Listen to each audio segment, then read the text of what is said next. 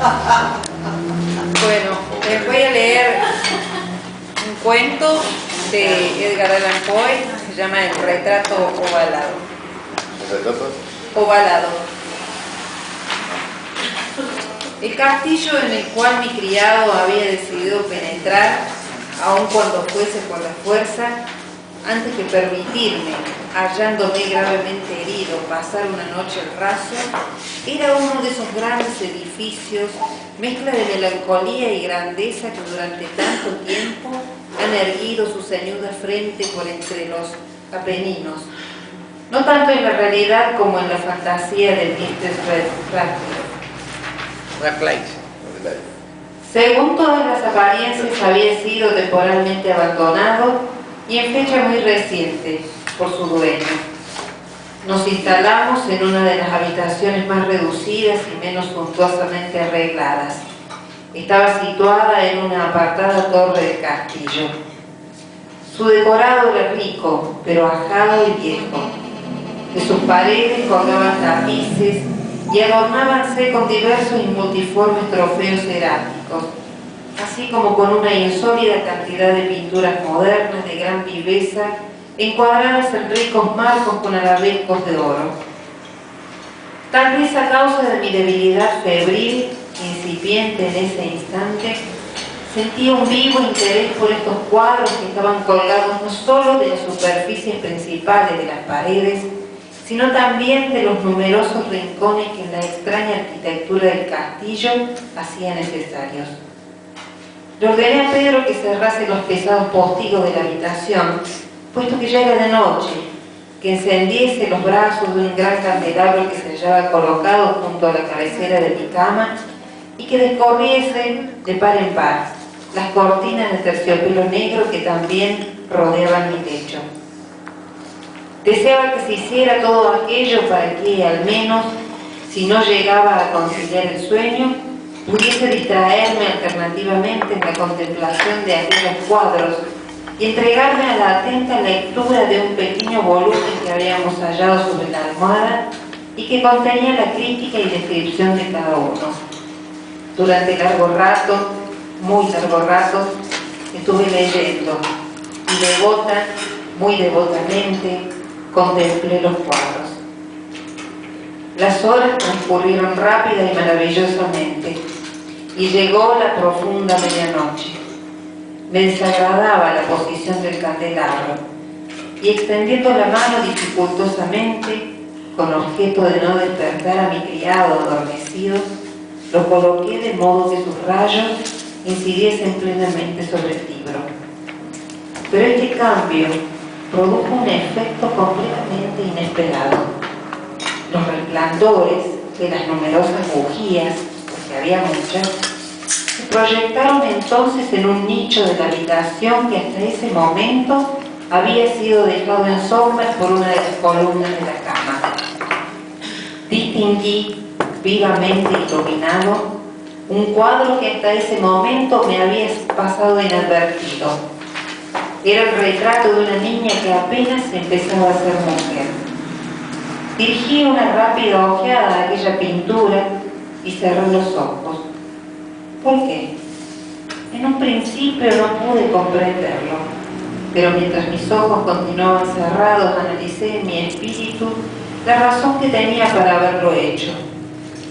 Fue un movimiento involuntario, para ganar tiempo y pensar, para asegurarme de que mis ojos no me habían engañado, para calmar y dominar mi fantasía y entregarme luego a una contemplación más serena y auténtica. Pocos momentos después volví a mirar de nuevo fijamente la pintura.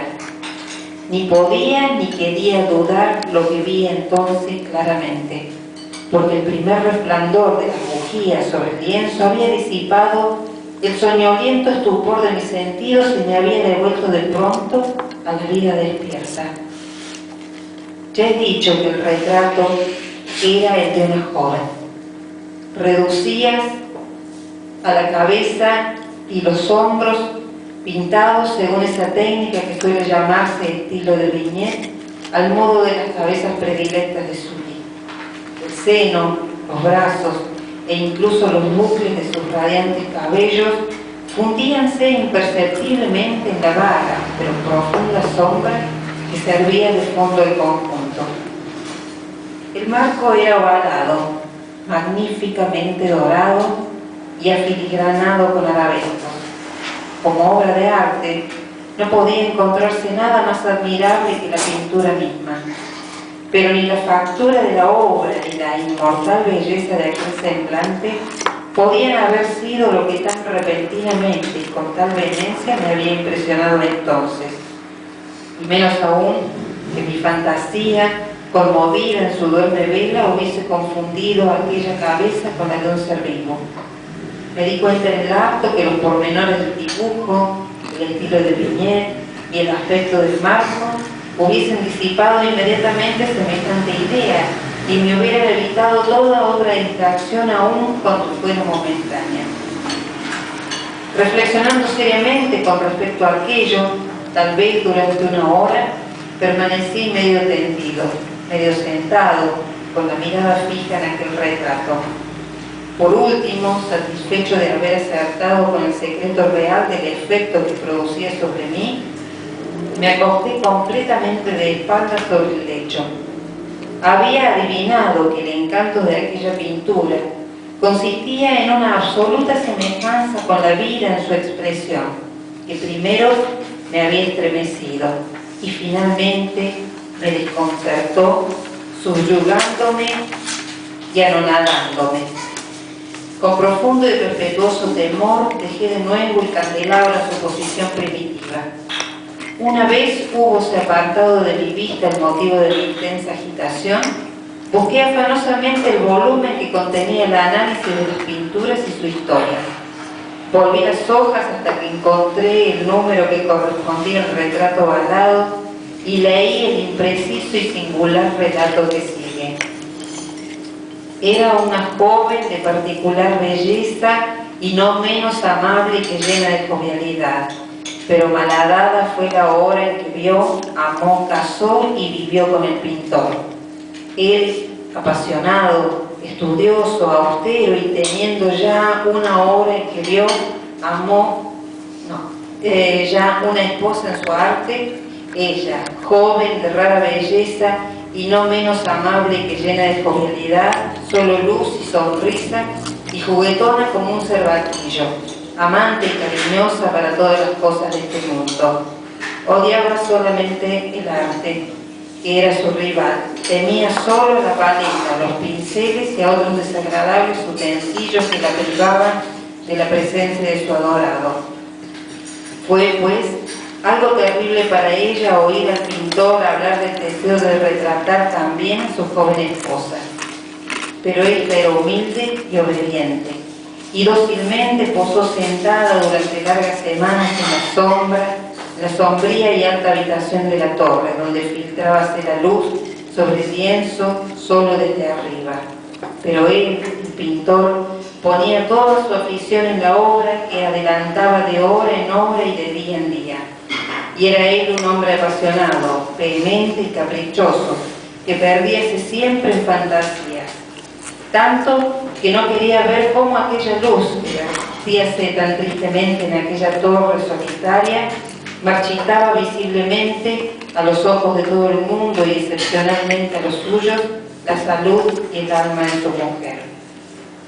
Y sin embargo, ella no cesaba de sonreírle, sin lamentarse nunca, porque veía que el pintor, que tenía un gran prestigio, experimentaba un ferviente y abrasador gozo en su tarea, y afanábase día y noche en pintar a la que tanto lo amaba, pero que a diario desalentábase más y enflaquecía. Y en verdad, quienes contemplaban el retrato hablaban en voz queda de su semejanza como de una prodigiosa maravilla y como una prueba no solo del talento del pintor, sino de su profundo amor por aquella a quien pintaba de forma tan excelsa. Pero hacia el fin, cuando acercábase más la obra a su término, no se dejó a nadie visitar la torre, porque el pintor había enloquecido en el ardor de su tarea, y rara vez apartábase sus ojos del lienzo, ni tan siquiera para mirar el rostro de su mujer. Y no quería ver que los colores que dejaba el lienzo los arrancaba de las mejillas de la que se hallaba sentada frente a él. Y cuando hubieron transcurrido muchas semanas y muy poco quedaba por hacer, excepto un toque sobre los labios y una pincelada sobre los ojos, vaciló el espíritu de la mujer, como la llama que va a extinguirse en una lámpara. Y el toque fue dado, y fue dada también la pincelada, y por un instante quedóse extático el pintor ante la obra que acababa de realizar. Mas un momento después, cuando todavía lo contemplaba, se estremeció de horror, palideció y quedóse despavorida. «Esto es realmente la vida misma», gritó, pero al volver los ojos de pronto para contemplar a su amada, ésta había muerto.